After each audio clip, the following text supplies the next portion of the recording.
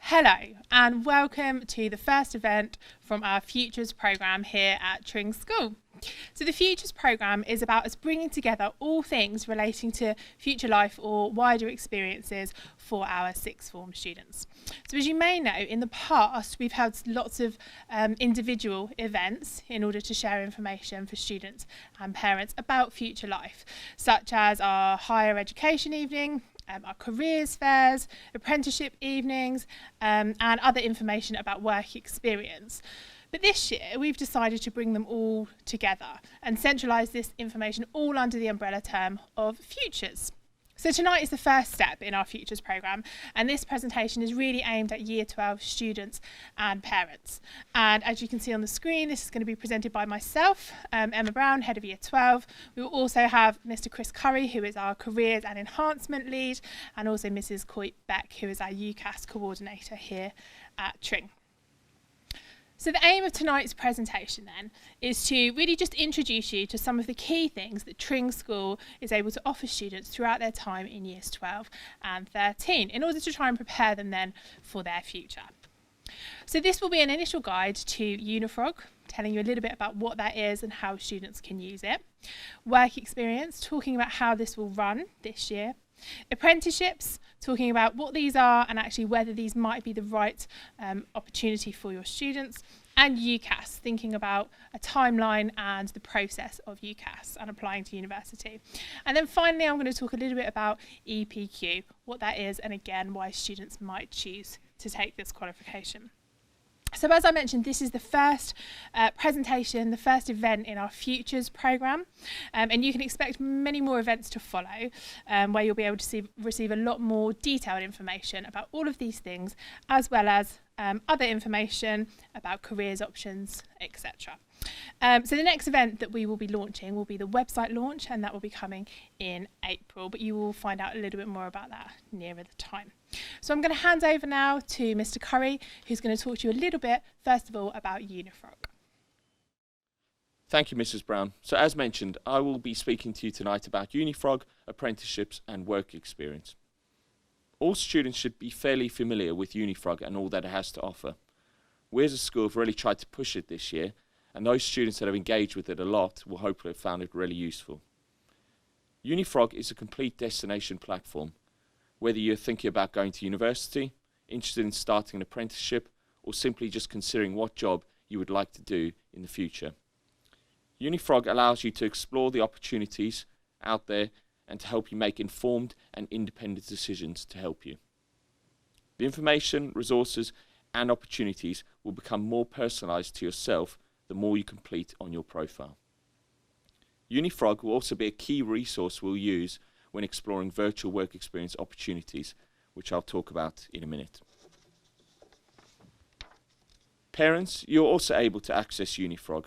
Your account is separate from your child's, but having your own account enables you to explore Unifrog and therefore hopefully support your child. This slide shows how you can sign in. An apprenticeship is a genuine job, and under all circumstances an apprentice will be employed from day one.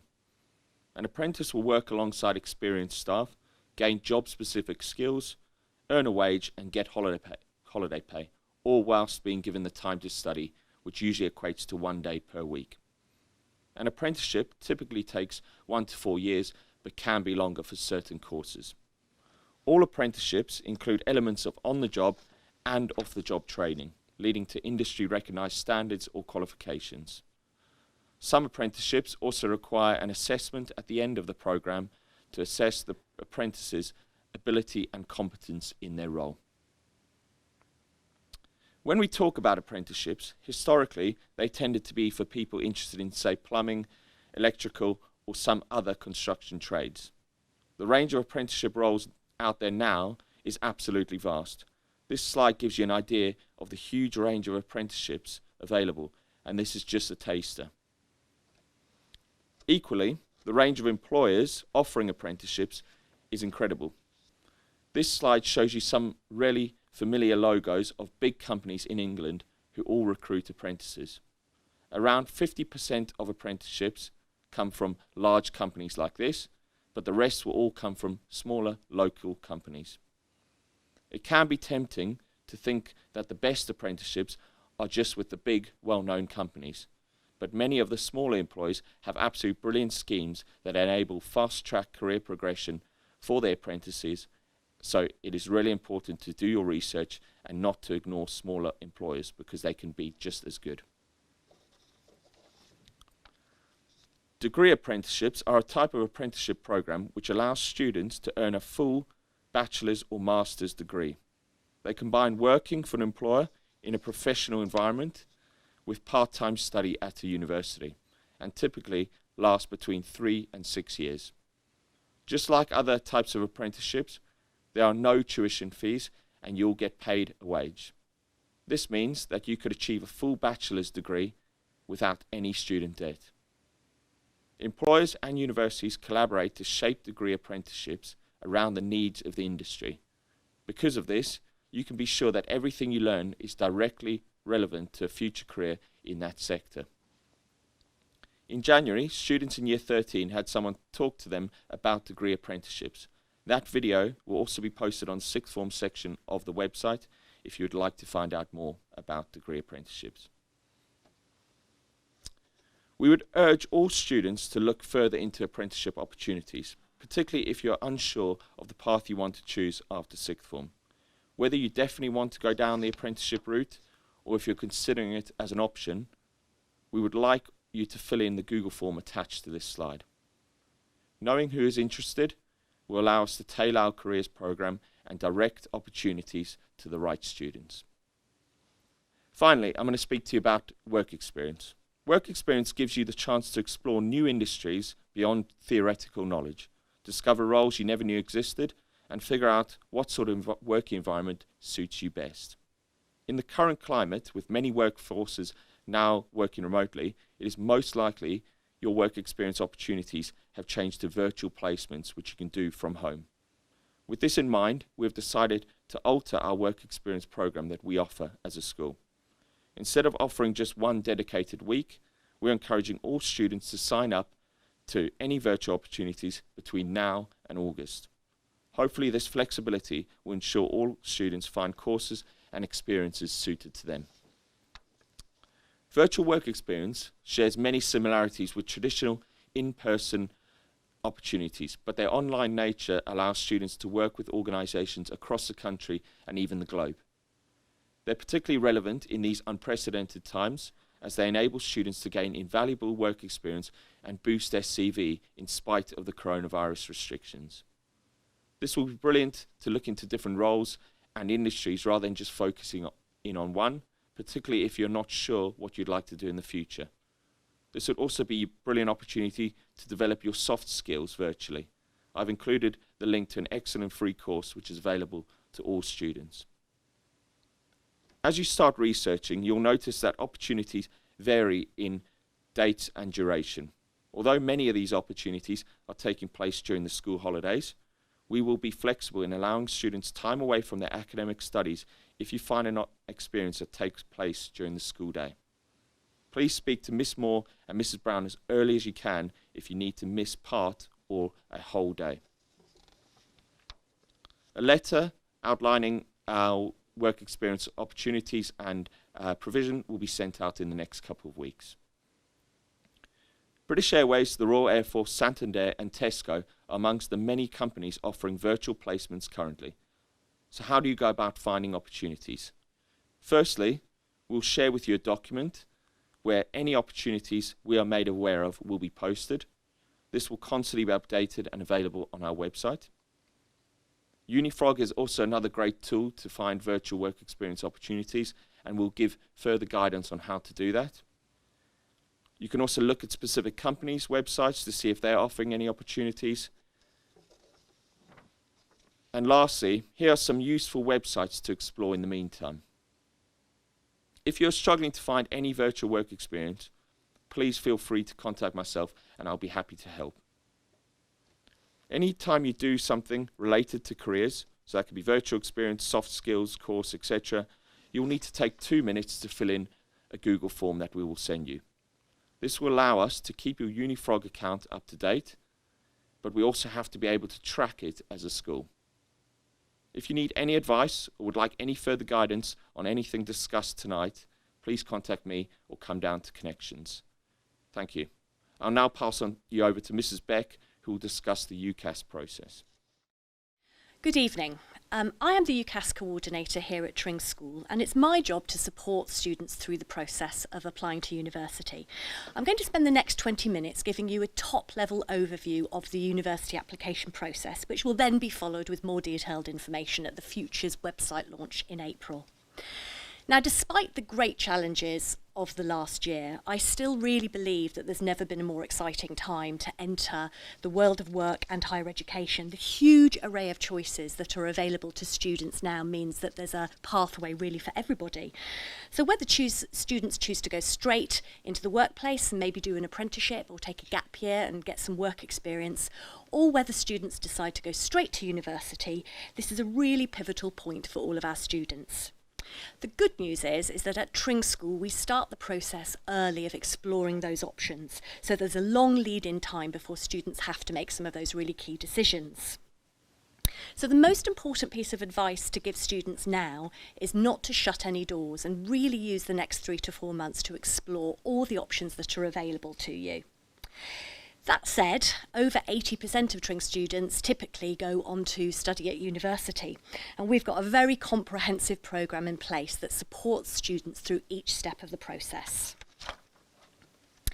So why might you want to go to university? It's definitely worth reflecting on that before diving in, because it's a big commitment. Now, career progression might be a key driver for you, so you might need a specific degree for a career that you're interested in. For example, architecture or medicine or teacher training, which are obvious ones. Earning potential may be a driver for you. On average, graduates earn £10,000 more than non-graduates, so that might be something that's important to you. But love of the subject needs to be a really key factor in your decision to go to university. You're spending 3 or 4 years of your life there. So it's really important that you're studying something that you're passionate about, that you can then potentially bring with you to a future career. There's a vast array of choice out there now for university courses. There are over 50,000 different courses at nearly 400 institutions, and every year there are more courses being added. So many courses that didn't even exist 5 years ago. So things like cybersecurity, social media marketing didn't exist, even wind farm management. So there really is something for everybody. Now, many students do find the prospect of choosing a university course quite overwhelming, which is really understandable, especially given the vast array of choice that's out there. My advice to students would always be to start with the subject or the course. Get that right, and then you can start looking at the universities. And the reason being is that course choice is the #1 reason why students drop out of university in year 1. Over 30,000 students dropped out of university last year in the first year. And there was a recent survey of graduates that was undertaken, and 1 in 5 graduates said they thought they'd made the wrong course choice. Now, we obviously don't want to have students making the wrong course choice. We don't want you to be in that statistic. So it's really important to invest that time now to really research and explore what subjects you're going to enjoy. So key things to think about. I mean, it might seem obvious, but what do you enjoy studying? If you're going to spend 3 or 4 years of your life studying the same subject, it has to be something that interests you. Now, a lot of students do worry about what they'll do with their degree, and whilst it is a valid concern and it is something to think about, it's also worth reminding you that at least 50% of graduate jobs are open to students with degrees in any field. So, for example, you don't have to do a law degree to become a lawyer. You could do a history degree and then do a conversion at a later stage. Career requirements may be a factor as well that's important to you. So, like I said, some careers will require a degree. So if you have got a good idea of what you want to do for a career, then it's really important now that you start to do some research into the entry requirements into that career to make sure that you're choosing the right university course. Entry requirements is something to also factor in. It's really important that you're realistic about the grades that you think you can achieve, and when you do your course research, that you look at courses based on these predicted grades.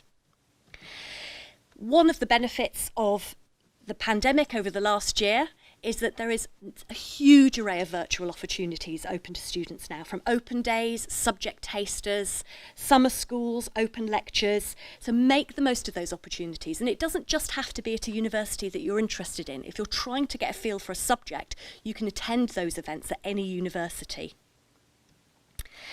So one of the first things for students to do is to sign up to the UCAS Hub. And this will give students all the tools and information they need to get started. Now, they've got lots of useful subject guides on their website, and you can even start to look at courses now. Unifrog as well very much is a one-stop shop for university research. Again, there's lots of subject information on there and lots of webinars for you to look at. But if you're specifically looking at university-run events relating to subjects, then Uni Taster Days is a really good website to look at. You can look at what's coming up. Okay. But for those students who still really don't have any idea at the moment, the message really is don't panic. You've got 6 months to do lots of research, but I think now is the time to just start to explore without that pressure of having to make decisions right now. So how to choose your university? So once you've got a flavour for the subject, how do you choose what university you want to attend? Now, one of the places to start might be the university league tables. Now, whilst these are a really useful way of finding out which universities are valued for each subject, my advice is to not get too hung up on the league tables.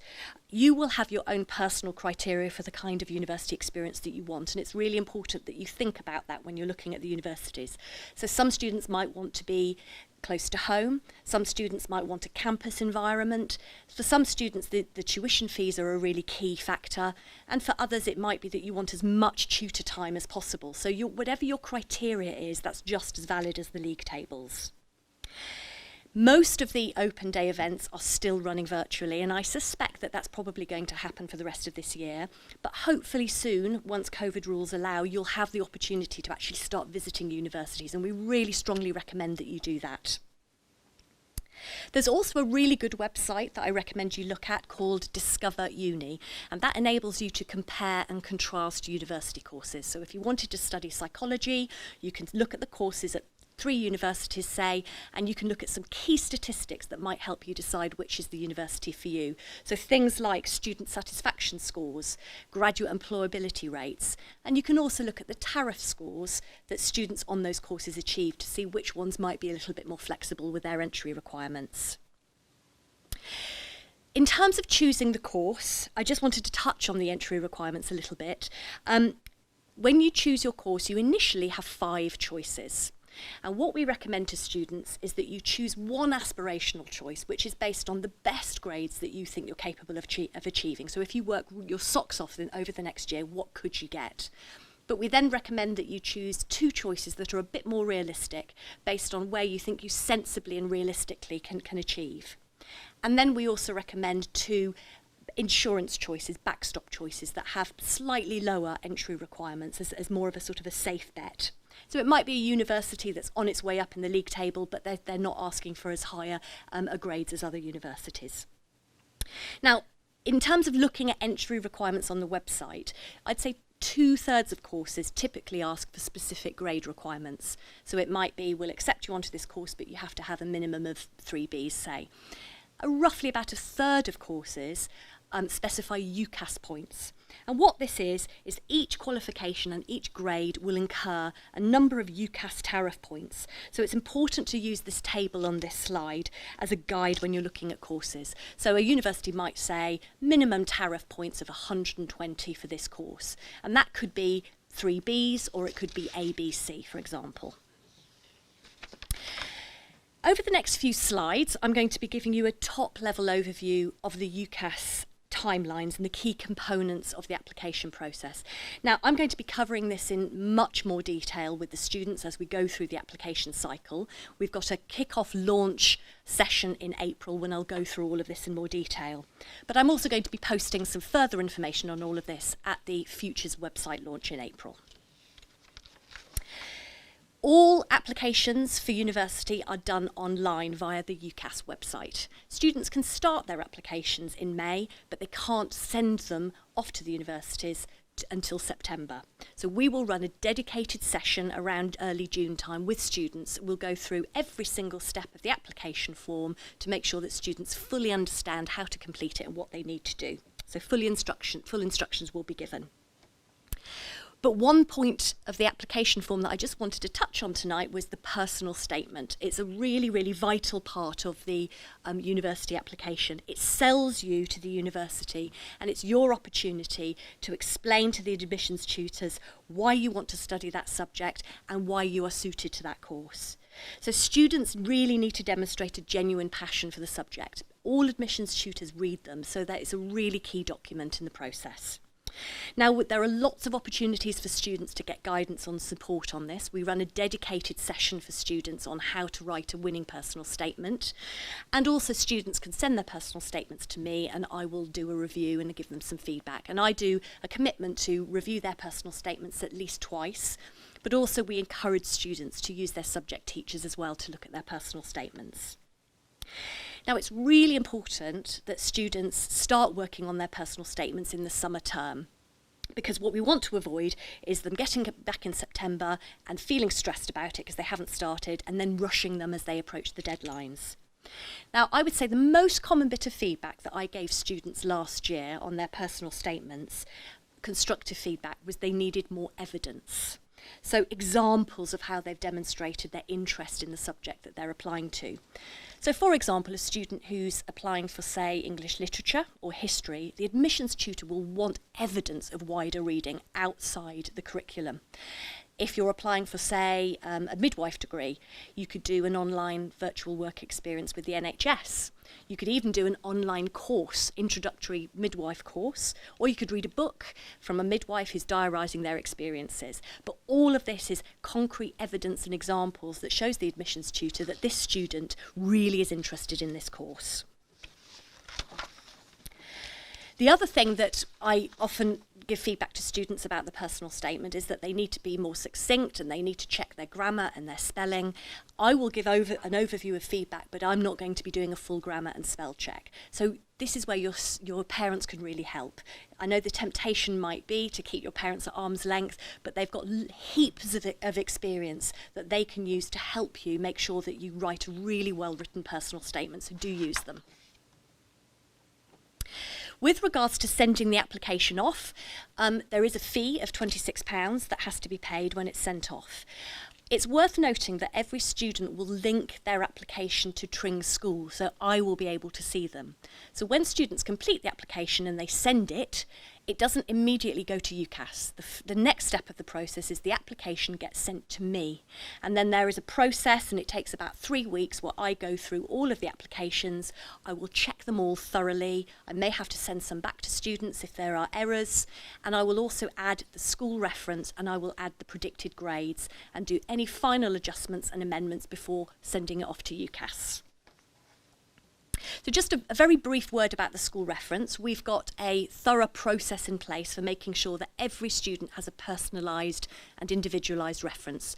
So the reference process starts on the 1st of May, and it starts with the subject teachers writing a paragraph about each student. And then the tutors will write a pastoral content. So they will write about their experiences of the student and any extracurricular or in-school activities that they've been involved in. We'll organise one-to-one meetings with your tutor at the beginning of June where you can share with your tutor any information that you think might be relevant for your reference. So, once the applications have all been sent off, and I will go through the timelines in a couple of slides, you need to check the UCAS system regularly and check your emails. It's absolutely vital because some students might quite quickly get invited into an interview and you need to respond and you need to be available to attend those interviews. Interviews are not as common as they used to be, so the vast majority of students who apply to university won't have to go through an interview. Interviews tend to be most commonplace for some of the vocational courses and for Oxbridge and medicine, but it's important that you check the entry requirements on the website to see whether interviews are normally undertaken for those courses. Similarly, some courses will require you to complete a test. Again, they mostly tend to be for Oxford and Cambridge in medicine, but it is important to check. When students start to get their offers, and they can start to come through quite quickly after sending off the application, typically students will get either a conditional or an unconditional offer. Now, conditional offers are effectively where the university says, we want you on our course, subject to you achieving BBB. Some students, however, will receive an unconditional offer, and that's essentially where you have a place on this course if you accept it. It's not conditional on your end-of-year results. Now, whilst that might sound incredibly attractive, what I always advise students is only accept an unconditional offer if it is your number one choice. Don't accept a conditional offer because it's the safe bet. It's you spending 3 or 4 years of your life studying this subject at the university, so it's got to be right for you. But I will cover this in more detail with students as we go through the cycle. Students have got plenty of time between receiving their offers and having to make decisions. Most universities have to reply by the 31st of March, although because we get our applications in really early, most students tend to get their replies earlier than that. And usually students are required to reply by May time. What I always advise is that students sort of sit on those offers, maybe visit the universities, do some research to make sure that they're making the right choice. But when they do reply to the offers, they effectively are choosing their number 1 and number 2 course. So the number 1 course is called the firm choice, and that maybe would be the choice that's perhaps a bit more of the aspirational choice. And then there's a number 2 choice, which is effectively the backup choice, and it's called the insurance. And that's typically has slightly lower entry requirements, and that's the backup in case you don't get the grades for your firm choice. A quick note on deferred entry. So some students might want to go to university, but they don't want to start until 2023. And there are 2 ways that students can do that. They can apply this year, but mention on their application that they want to defer until 2023. And obviously the benefit for that is that they can go on their gap year safe in the knowledge that their place is secure.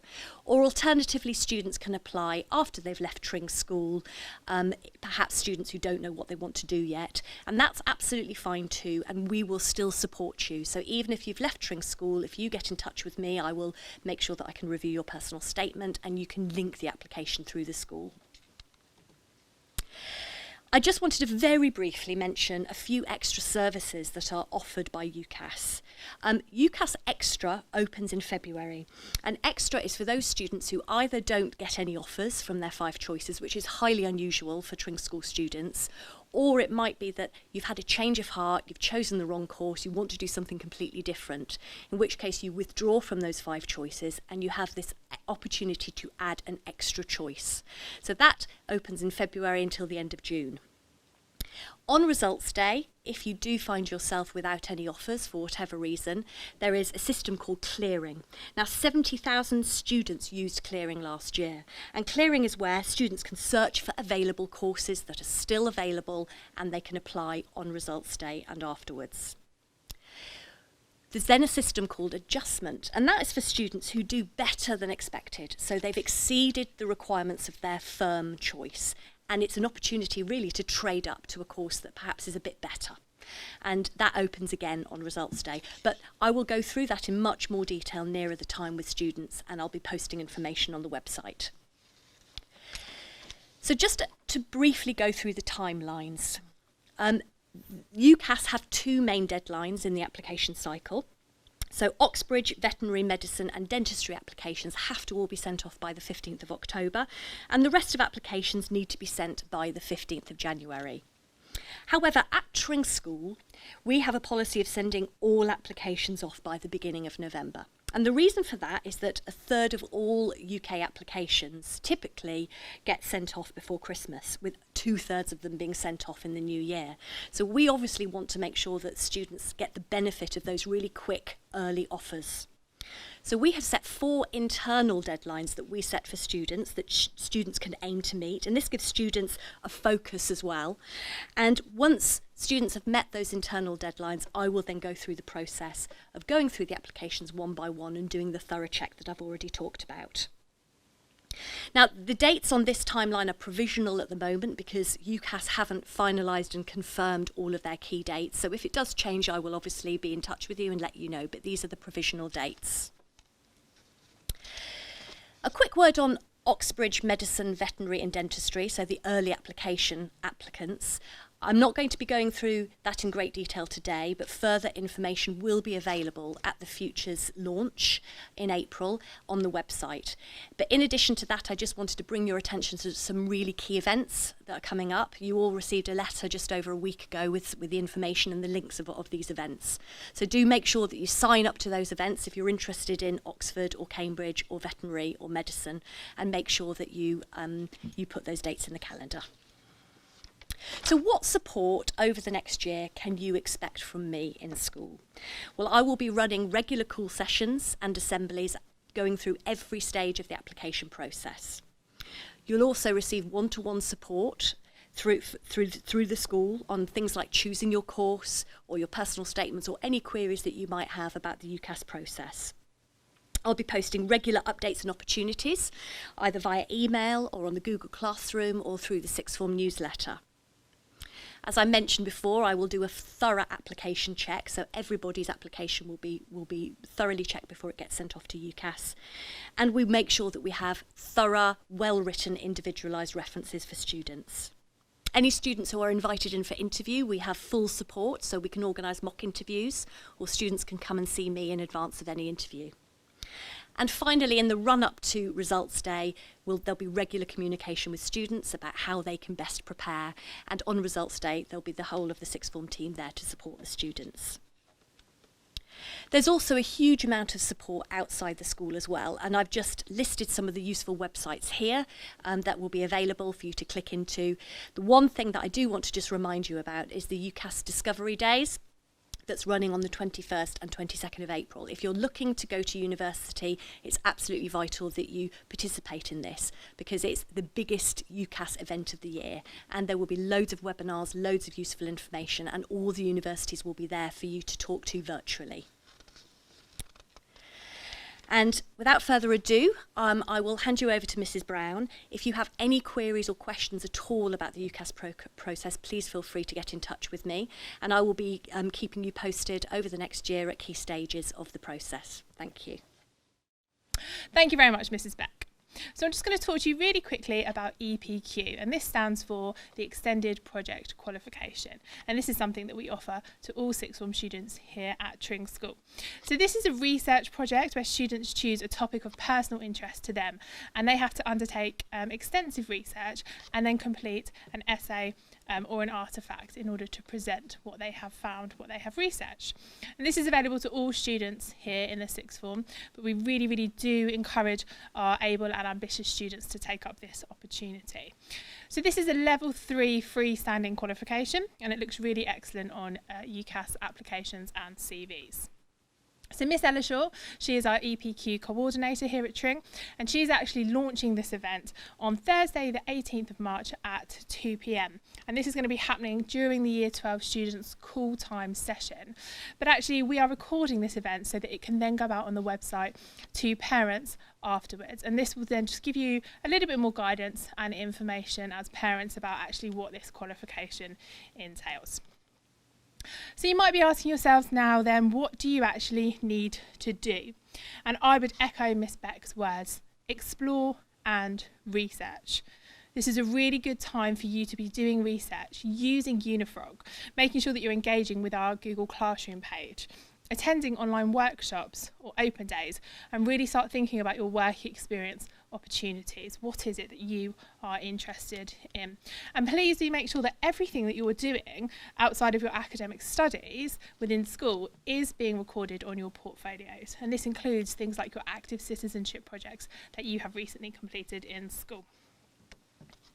So I just want to say thank you very much for being here and watching our presentation this evening. We really hope that you found it informative. If you do have any specific questions, please do make sure that you contact one of the key members of staff that are on the screen at the moment. And again, thank you very much for watching. Good night.